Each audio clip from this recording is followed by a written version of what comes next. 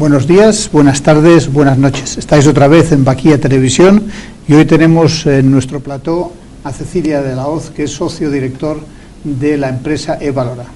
Cecilia, bienvenida. Muchas gracias, Adolfo, un placer. ¿Qué es esto de eValora? Pues eValora no es más que una empresa que se dedica a dar servicios de corporate finance para pymes.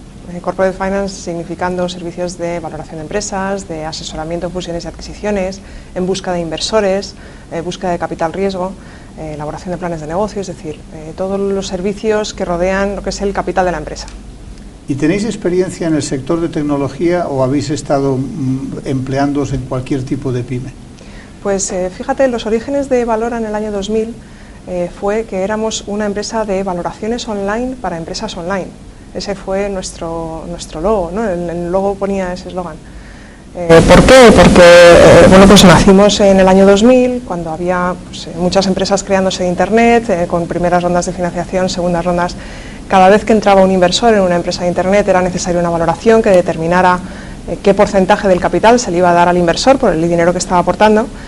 Y eran empresas muy difíciles de valorar, bueno, y lo siguen siendo, de hecho, cualquier empresa de Internet y cualquier startup. Entonces vimos que había un nicho ahí interesante, que si conseguíamos especializarnos, pues había un negocio importante. ¿Por qué nos especializamos también en empresas de Internet en nuestros orígenes? Porque una valoración de empresas es un proceso muy artesanal, que requiere muchas horas de analista cualificado. Pero nosotros pensábamos que ese proceso se podía sistematizar de cierta manera, que se podía abaratar mucho el proceso de valorar la empresa, y la manera de abaratar ese proceso de valorar la empresa era que los clientes nos facilitaran la información a través de Internet y prescindir de reuniones. De ahí que surgieran las valoraciones online. Nunca, jamás pensamos que una pyme tradicional fuera a solicitar una valoración de su empresa por Internet, por su propia naturaleza, por la propia naturaleza del empresario tradicional español. Y por eso también nos especializamos en empresas de Internet.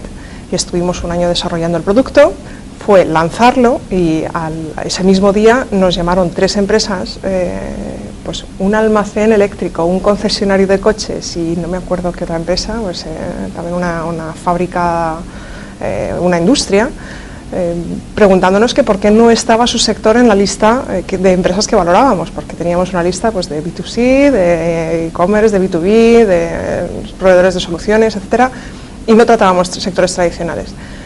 Y entonces fue cuando nos dimos cuenta que nos habíamos equivocado, que las pymes tradicionales utilizan Internet tanto como una empresa más tecnológica, y que había una necesidad real por parte de todo tipo de pymes de conocer el valor de su empresa.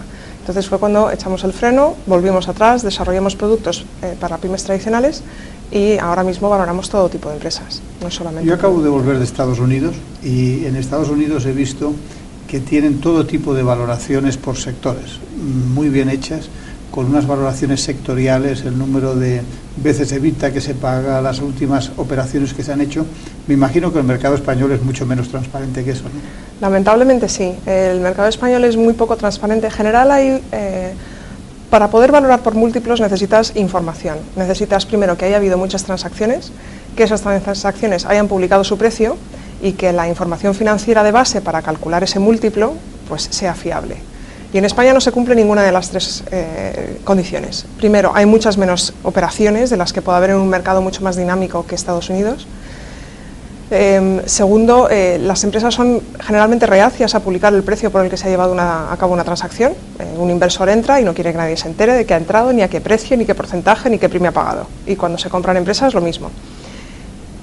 Con lo cual no se publica el precio. Y el tercer requisito, que es que la información de base sea lo suficientemente fiable para que si divides ventas entre el precio que se ha publicado te dé un múltiplo de ventas o te dé un PER si divides el beneficio neto, pues tampoco es fiable, porque las empresas, las cuentas generalmente que presentan al registro, salvo que sean empresas muy grandes, auditadas, cotizadas, pues la información que dan no es suficientemente fiable como para dar un múltiplo fiable. Entonces, o sea que a menos que sea obligatorio no dan información. Efectivamente. Y en España ya estamos incluso mejor que en otros países europeos, porque por lo menos las empresas tienen obligación de presentar sus cuentas al registro, cosa que no ocurre en todos los países.